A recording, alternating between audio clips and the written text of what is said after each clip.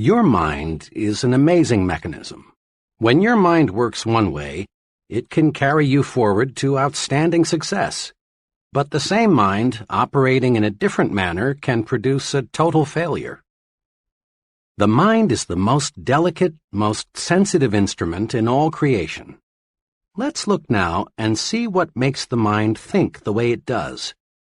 Millions of people are diet conscious. We're a calorie-counting nation. We spend millions of dollars on vitamins, minerals, and other dietary supplements. And we all know why. The body reflects the diet fed the body. Physical stamina, resistance to disease, body size, even how long we live are all closely related to what we eat. The body is what the body is fed. By the same token, the mind is what the mind is fed. Mind food, of course, doesn't come in packages, and you can't buy it at the store.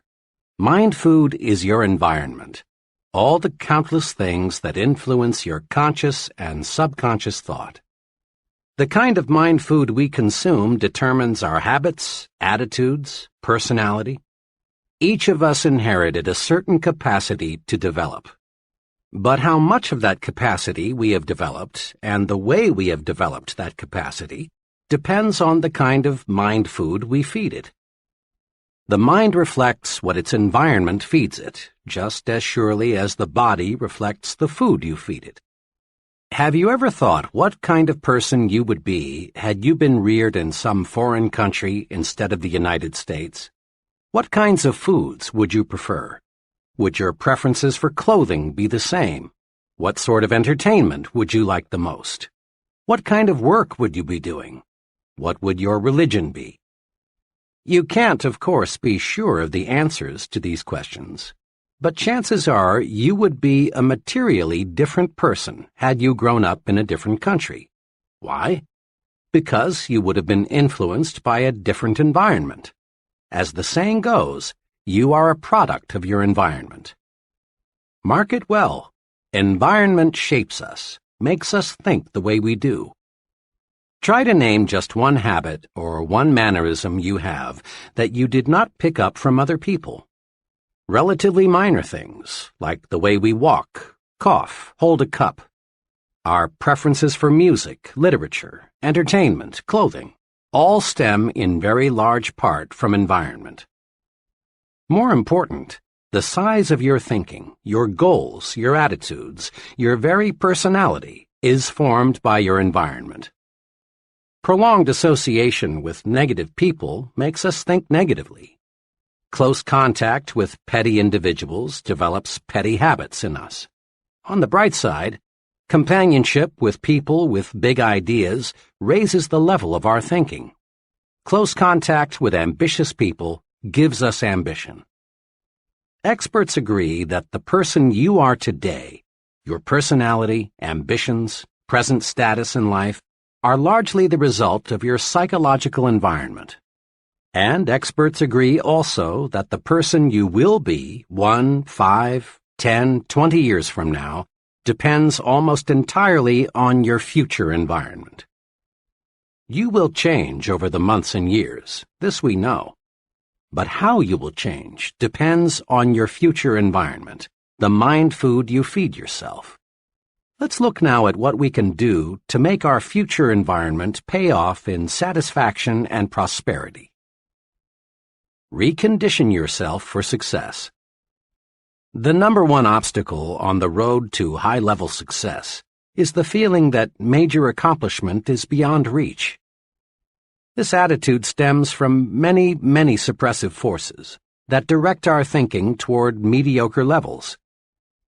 To understand these suppressive forces, let's go back to the time we were children. As children, all of us set high goals. At a surprisingly young age, we made plans to conquer the unknown, to be leaders, to attain positions of high importance, to do exciting and stimulating things, to become wealthy and famous. In short, to be first, biggest, and best. And in our blessed ignorance, we saw our way clear to accomplish these goals. But what happened? Long before we reached the age when we could begin to work toward our great objectives, a multitude of suppressive influences went to work.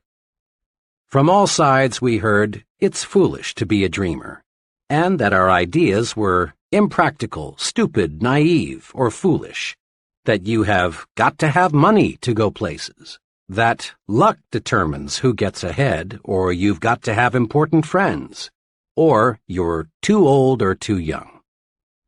As a result of being bombarded with the "you can't get ahead, so don't bother to try" propaganda, most people you know can be classified into 3 groups. First group, those who surrendered completely. The majority of people are convinced deep down inside that they haven't got what it takes, that real success, real accomplishment, is for others who are lucky or fortunate in some special respect. You can easily spot these people because they go to great lengths to rationalize their status and explain how happy they really are.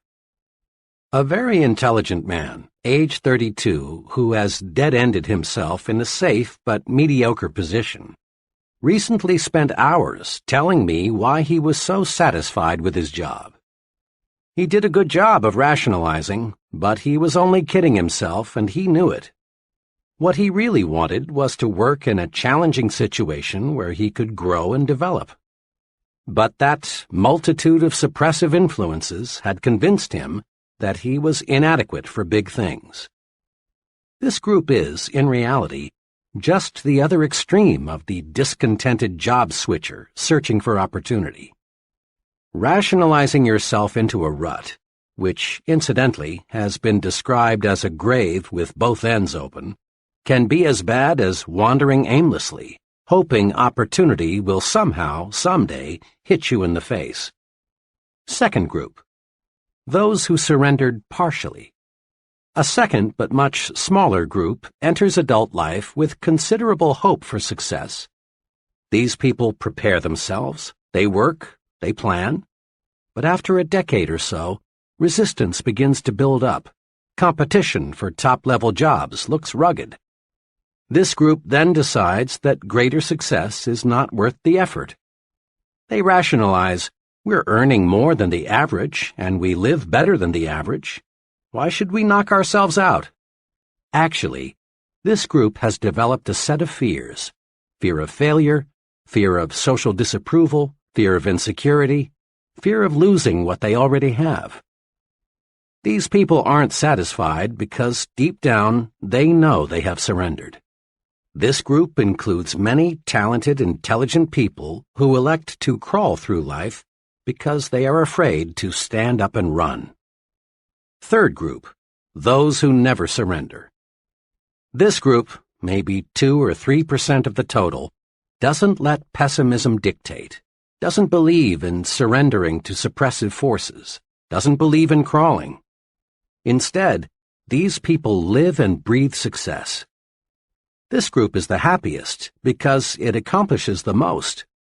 These people become top salesmen, top executives, top leaders in their respective fields. These people find life stimulating, rewarding, worthwhile. These people look forward to each new day, each new encounter with other people, as adventures to be lived fully. Let's be honest. All of us would like to be in the third group, the one that finds greater success each year, the one that does things and gets results. To get and stay in this group, however, we must fight off the suppressive influences of our environment. To understand how persons in the first and second groups will unwittingly try to hold you back, study this example.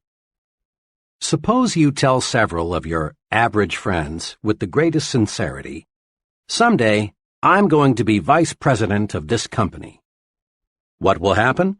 Your friends will probably think you are joking, and if they should believe you mean it, chances are they will say, "You poor guy, you sure have a lot to learn."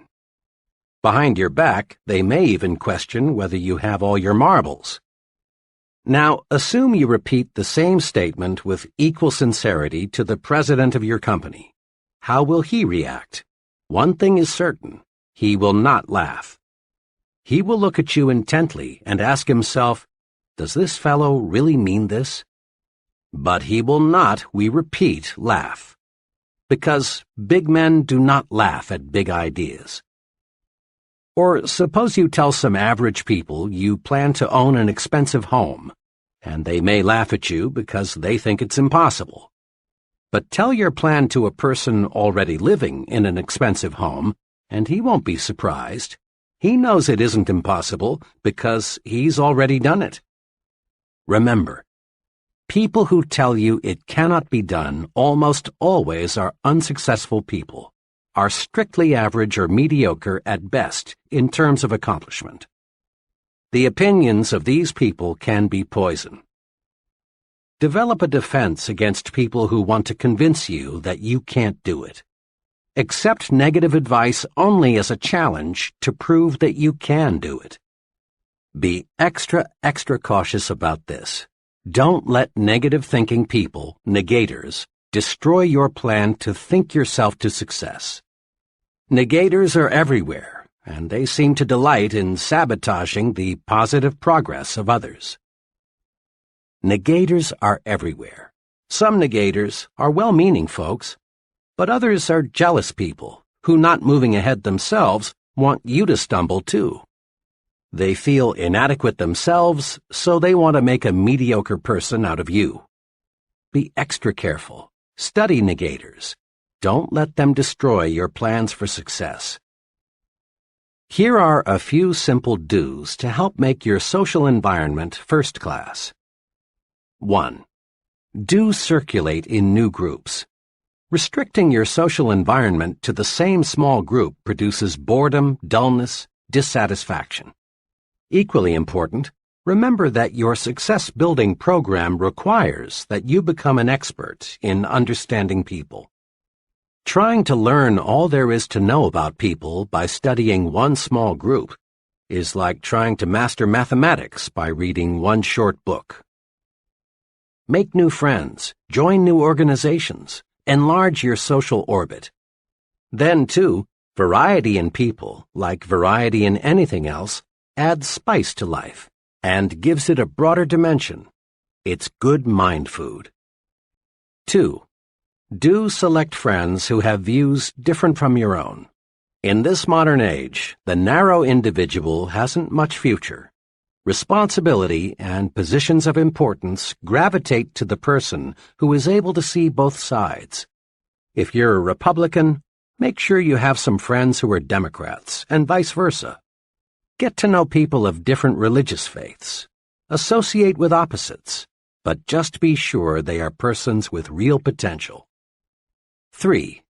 Do select friends who stand above petty, unimportant things.